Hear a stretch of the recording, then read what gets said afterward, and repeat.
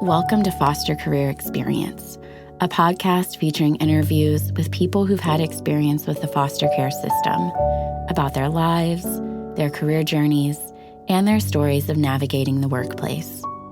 We all bring unique histories with us in our jobs, and by understanding each other's experiences, we can make the workplace better for everyone. Today's episode features Vanessa, a millennial who works in social services. When she was a kid, Vanessa would spend hours in her caseworker's office, eating candy, asking questions, and just taking everything in. I like blue raspberry Jolly Ranchers. And one of the workers always had this candy dish on her desk. And we would have to sometimes spend time in the office. And I would go into her office, and I am such a very why kiddo. Like, why do you do this? Why do you do that? And so I literally probably learned the job when I was like 8 because I just would not leave them alone. And instead of fighting with me, they would just let me sit there. So she would separate the blue ones. And so I came in one day and I was like, oh, all the blue ones are gone. And she opened her drawer and she's like, I saved them all for you. These memories stuck with Vanessa. Inspired by the positive experiences that she had had with her caseworkers, Vanessa grew up and decided to become a social worker as well. So I think I would have gone down a similar path as my parents if I didn't have that structure and support from the good workers that I was blessed to have throughout my experience in care.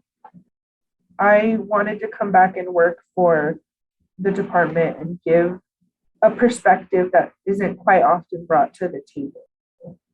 I worked in a unit where we kind of vetted prospective foster parents and finalized adoptions. And so given some of my history, I felt like that was one of the most important jobs because we're licensing people to take care of these kids. Vanessa's experience in foster care gave her a unique perspective to empathize and advocate for the children in her care. But her trauma also made aspects of her job even more painful. In the beginning, I had a really hard time setting those boundaries, but burnout is real and it takes just a little bit of time to become overwhelmed. So I had to work through that in the beginning with my supervisor to find that work-life balance. I know that there were some times where I became very emotionally vested in things because I saw a different perspective, and I knew like certain placements of kids in adoptive homes weren't the right match, and I was trying to explain that like it's not like a blind date where you're just like, here's a nice family, why don't you go be placed with them.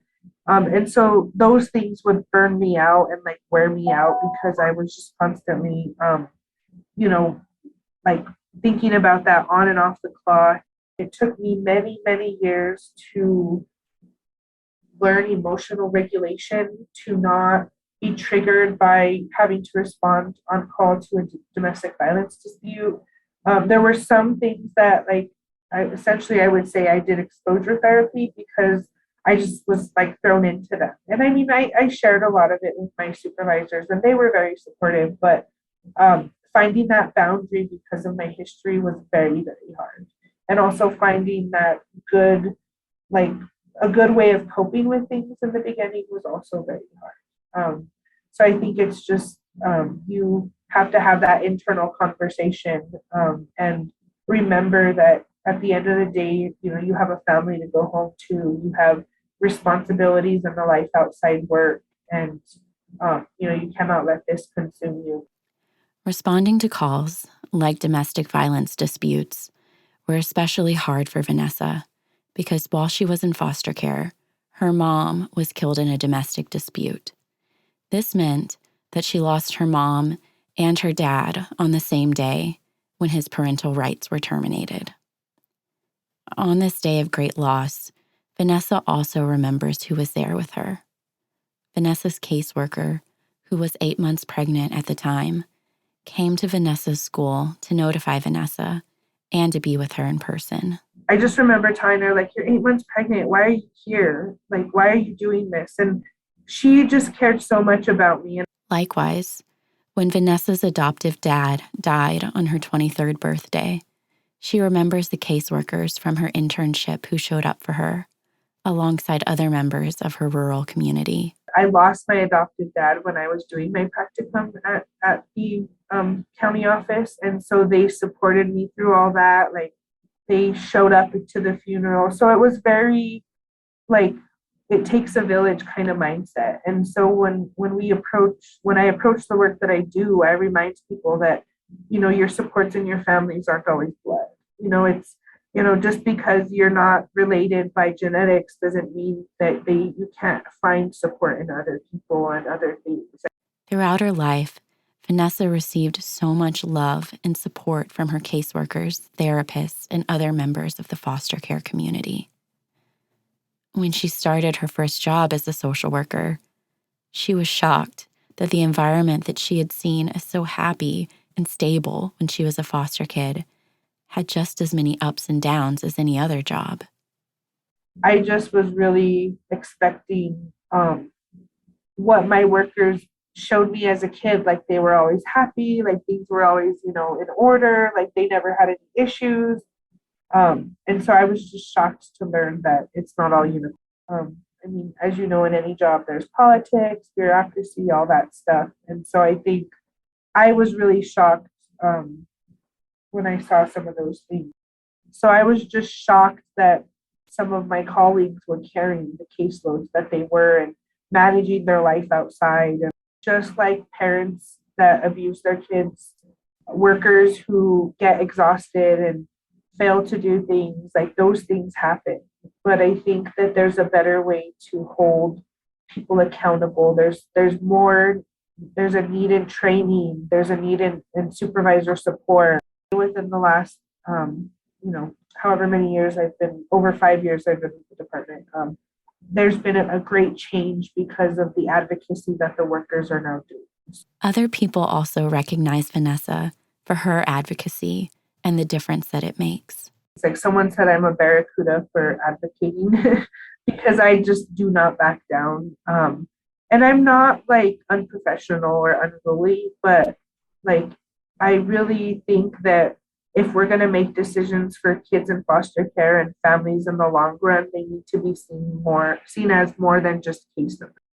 I had a lot of good workers, but I also recall moments where I was at the table but not given a voice for work. I mean, there's a lot of people I've met that have had some kind of foster experience, that come back and work for the department. And I think a lot of our thought is the same: is we want to be the change. We want to be someone who we see that other kids need, and we want to be that voice so that foster kids aren't left silent without an opportunity for someone to speak for them or advocate for them. As well as with families, the prevention piece is also very important, because if we can work really hard at the front end of things, maybe we won't be separating so many families at the end. Vanessa currently works in a new unit for Child Protective Services in her state that is focused on prevention. She contacts families who have been reported for neglect or abuse, and she helps them obtain the services that they need to meet their needs. My heart is really big with prevention because I feel like if we had something like this growing up, maybe my parents would have had that support that they needed to work their treatment plans. Vanessa has big plans for the future. She wants to do everything. She wants to get her counseling license, become a social worker at a school, maybe even open her own counseling practice. Yet, no matter how much she achieves or how much she grows, Vanessa's past experiences will still be with her. If you have a traumatic upbringing, or you have a cycle of generational cycles of repeat maltreatment or abuse or neglect or addiction, substance abuse, gangs, domestic violence, whatever it is, you don't know how to break that because that's normal to you your whole life. And these people essentially intervened in my life at many points from childhood to even adulthood to remind me that I'm more than my trauma. I'm more than my sometimes bad coping skills. I'm more than the bad choices I make. I'm human. There were other people around me that looked at me and said, like, you can't give up. And so it's because of a lot of those people that I didn't give up. even after I endured so much like trauma and grief and loss. Vanessa hopes that more people will learn about issues in their communities and get involved, that they'll become part of the village that she attributes to her own success. The best way to really get involved is to get involved. And so I think if we were to break down that stigma, maybe as a community, we can collaborate and be that village that it takes to, help raise these children. And so I think it's just, educating yourself in what your child welfare system does in your state and learning, like if you really are concerned and want to get involved, like pick up the phone and call, even if you want to volunteer, donate stuff, whatever the case is, like there's always ways to get involved. But I just think like ignorance is bliss. And so if people continue to just kind of go off of what they see on the news and not actually get involved and educate themselves, knowing that the people that they vote for sometimes put into place these laws, there's a whole system. It's not just the social workers that cause these issues. So it's just, if you see something, say something, learn about what your system does and how you can help and make it better. Thanks for listening to this episode. This podcast was created and hosted by me, Sam Heimbach. It was produced by Zachary Webb. Podcast art and website design are by Hannah Fenvez of HMF Design. Music is from Soundstripe.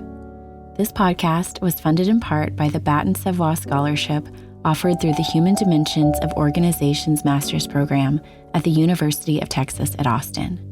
You can learn more about this episode and others at fostercareerexperience.com. Thank you.